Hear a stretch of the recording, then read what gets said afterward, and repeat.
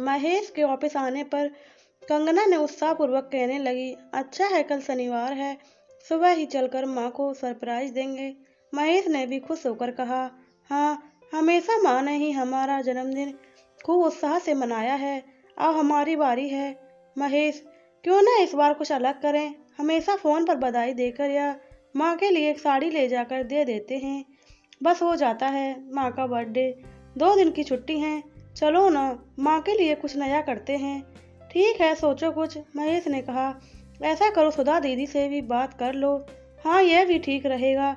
सुधा महेश से 3 साल बड़ी थी। अंजना ने तुरंत सुधा को फोन किया, अपनी इच्छा बताई। सुधा भी फौरन तैयार हो गई, बोली, बताओ क्या करना है दीदी। पहले तो सब एक साथ माँ के पास पहुँचते हैं, फिर उसके बाद कुछ प्लानिंग करते हैं, सरप्राइज पार्टी रखते हैं, बड़ा मजा आएगा। ठीक है, मिलते हैं। कल सुबह रमा जी का जन्मदिन था। बहू अंजना प्रोग्राम बनाने में जुट गई थी। रमा जी अपने पति केशव जी के साथ मेरठ में रहती थी। महेश की गुड़गांव में पोस्टिंग थी, वह इंजीनियर था। सुधा अपने पति विनय और 2 बच्चे समृद्धि और सार्थक के साथ पानीपत में रहती थी। अंजना ने रमा जी को फोन किया, माँ कैसी हैं आप, क्या हो गया, क्या हो रहा है। कुछ नहीं, तुम लोग सुनाओ कैसे हो। हम सब ठीक हैं। माँ पापा कहाँ हैं, उनका फोन नहीं लग रहा है। यही हैं, बात कराऊं। हाँ माँ, अंजना ने केशव जी से कहा। पापा माँ को मत बताना, कल सुबह हम सब पहुँच रहे हैं, कल पार्टी करेंगे, माँ की फ्रेंड्स को भी बुलाएंगे।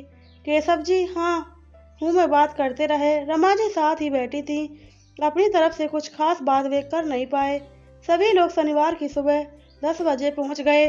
सबको देखकर रमा जी बहुत खुश हुई, बर्थडे की बधाई पाकर बोली, तुम लोग इस उम्र में मुझे सरप्राइज दे रहे हो। खूब हंसी मजाक हुआ। फिर रमा जी ने कहा, चलो एक सरप्राइज मैं भी देती हूँ, तुम सब अच्छे समय पर आए, मैंने भी आज अपनी सहेलियों को बुलाया है। सबको झटका सा लगा, बोले, अरे बर्थडे की पार्टी नहीं भाई, घर पर ही 4 बजे कीर्तन रखा है। एक और झटका लगा सबको। अंजना ने कहा, भजन कीर्तन आज जन्मदिन पर, और क्या बुढ़ापे का जन्मदिन है, कीर्तन ही हो सकता है। 56 साल की हो गई मैं आज। सबके चेहरे लटक गए, एक मायूसी छा गई, सबने ठंडी सांस भरी और चुपचाप बैठ गए। केशव जी ने कहा, तुमने तो मुझे भी नहीं बताया, आपका कौन सा इन कीर्तनों में रुचि है, बताकर भी क्या होता, हमेशा गायब हो जाते हो, कीर्तन के समय रिटायर होने वाले हो, यह नहीं कि ईश्वर में कुछ ध्यान लगाएं। रमा जी को हमेशा ही इस तरह शुरू होते देख केशव जी ने कहा, नहीं आज भाई, आज गायब नहीं होऊंगा, बच्चे आए हैं और तुम्हारा जन्मदिन भी है। सब मुस्कुराए। अंजना ने कहा, पापा आप माँ के लिए क्या गिफ्ट लेकर आए हैं। केशव जी अंदर गए और साड़ी लाकर माँ जी को दे दी। इस उम्र में भी शर्मीली आवाज छा गई रमा जी के चेहरे पर। अंजना और सुधा ने भी अपनी लाई हुई साड़ियाँ और शॉल उन्हें दी। रमा जी बहुत खुश हो गईं। फिर सब किचन में लग गईं।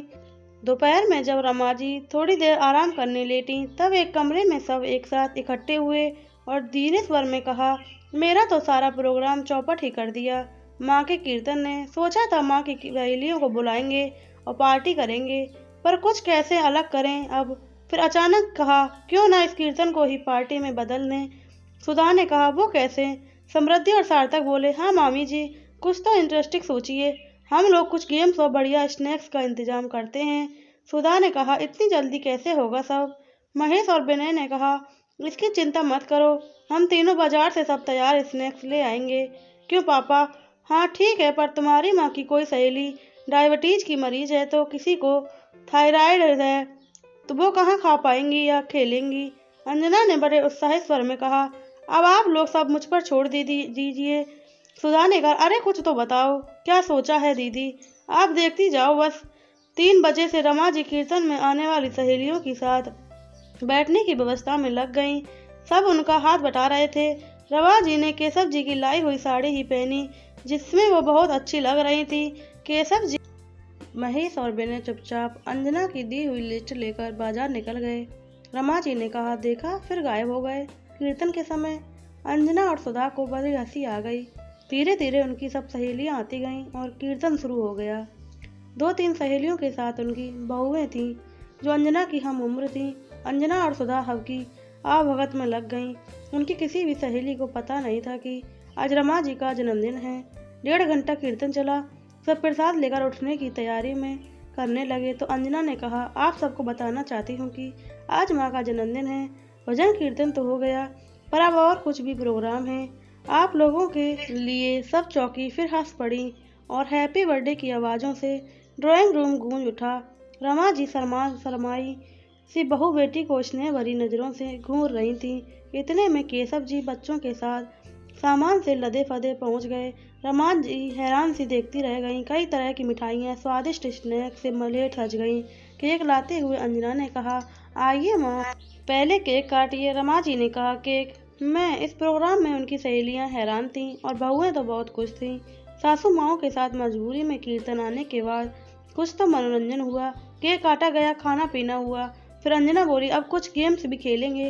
उर्मिला जी बोली, अरे ये उम्र कोई गेम खेलने की है, क्या बात करती हो बहू? नहीं आंटी जी, भागना दौड़ना नहीं है, बैठे बैठे ही खेलना है। क्या खेलना है आंटी? आंटी अंताक्षरी। आशा की बहू सुमन बहुत खुश हो गई, बोली, माँ खेलो ना, मजा आएगा। अंजना ने सबको गोल घेरा बनाकर बैठा दिया। केशव जी, महेश और विनय नाश्ता पानी के बाद बाहर टहलने चले गए, जिससे सब महिलाएं फ्री होकर खेलें, उन्हें कोई संकोच ना हो। अंतराक्षरी शुरू हुई तो सब धीरे धीरे अपनी उम्र के खोल से बाहर निकल आई। फिर तो सुर ताल को ताक पर रखकर हर कोई अपने अपने राग अलापने लगा और पुराने हिंदी गानों का एक अलग ही खूबसूरत समा बन गया।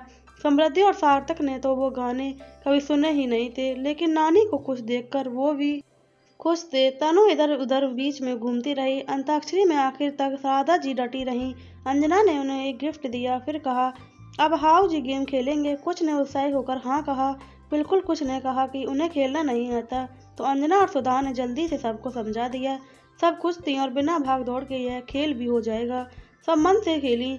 लाइन और हाउस दोनों पर सबको छोटे मोटे गिफ्ट भी मिलते रहे। सब पूरे जोश में थी। 7 बज चुके थे, समय का किसी को होश नहीं था। जब घरों में फोन आने शुरू हुए तो सबको जाने की सुध आई। जब सब जाने लगी तो अंजना ने सबको गिफ्ट का छोटा पैकेट दिया। सबने अंजना और सुधा को ढेरों आशीर्वाद दिए। रमा जी बहुत खुश थीं। आज आज आते जाते उर्मिला जी ने को झिझकते हुए कहा, अगले महीने 10 तारीख को मेरे घर में कीर्तन रख लेंगे। रमा जी ने कहा, कुछ खास है क्या? उर्मिला जी ने शर्माते हुए बोला, वो मेरा जन्मदिन है ना, ऐसे ही कुछ अलग ढंग से कर लेंगे। सभी जोर से हंस पड़े तो वो सकचा गईं। अंजना ने कहा, बहुत अच्छी बात है आंटी, अब यही तो चाहते हैं कि आप लोग जीवन के हर पल का आनंद लें। सब चली गईं। रमा जी ने अंजना और सुधा को गले लगा लिया और बोली, बुढ़ापे का जन्मदिन इतना बढ़िया रहेगा, मैंने तो कभी सोचा ही ना था।